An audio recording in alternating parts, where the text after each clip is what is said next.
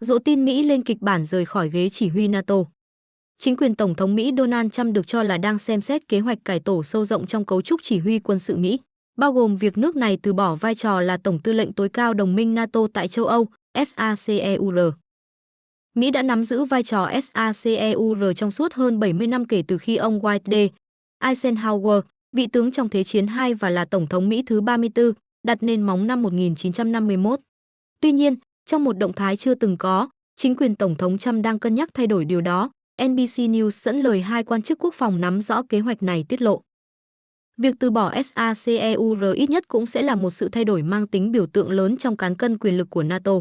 Tổ chức ra đời vào năm 1949 và đóng vai trò quan trọng trong cấu trúc an ninh châu Âu kể từ sau Thế chiến II. Nếu Mỹ từ bỏ SACEUR, các thành viên NATO buộc phải tự lựa chọn quốc gia khác để lấp đầy khoảng trống này.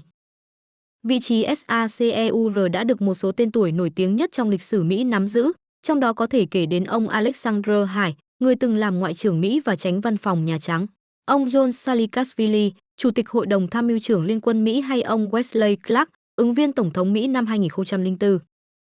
Chính quyền Tổng thống Mỹ Donald Trump chưa bình luận về thông tin tiết lộ kế hoạch nêu trên. Chưa có thông tin về phản ứng của giới chức NATO. Nỗ lực cắt giảm ngân sách. Tổng thống Trump và Bộ trưởng Quốc phòng Mỹ Pete Hegseth nhiều lần nhấn mạnh rằng các đồng minh châu Âu phải chịu trách nhiệm nhiều hơn cho quốc phòng của chính châu lục này. Ông Trump thường xuyên chỉ trích các thành viên NATO không đáp ứng mức chi tiêu quốc phòng. Trước tình hình trên, ông Trump đang cân nhắc một sự thay đổi chính sách lớn, theo NBC News.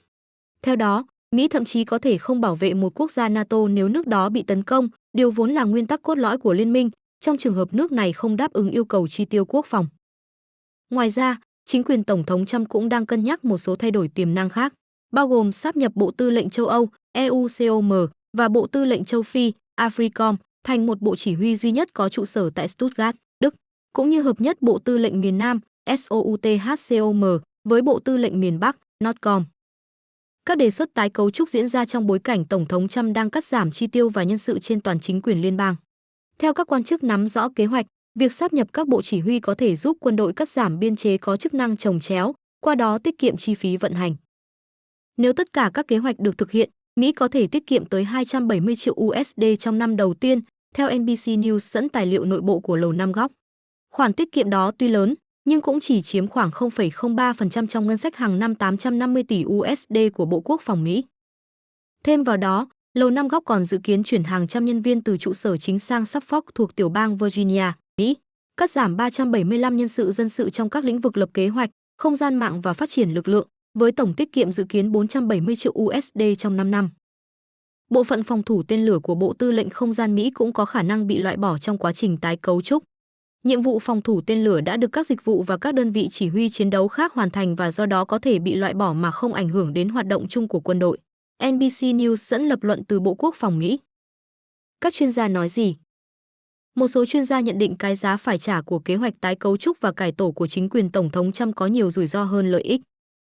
Cựu đô đốc James Stavridis, người từng giữ chức SACEUR và là người đứng đầu Bộ Tư lệnh châu Âu 2009 đến 2013, viết trong một email rằng việc Mỹ từ bỏ vai trò tổng tư lệnh tối cao đồng minh NATO sẽ bị châu Âu coi là một tín hiệu quan trọng cho thấy Mỹ đang rời xa liên minh.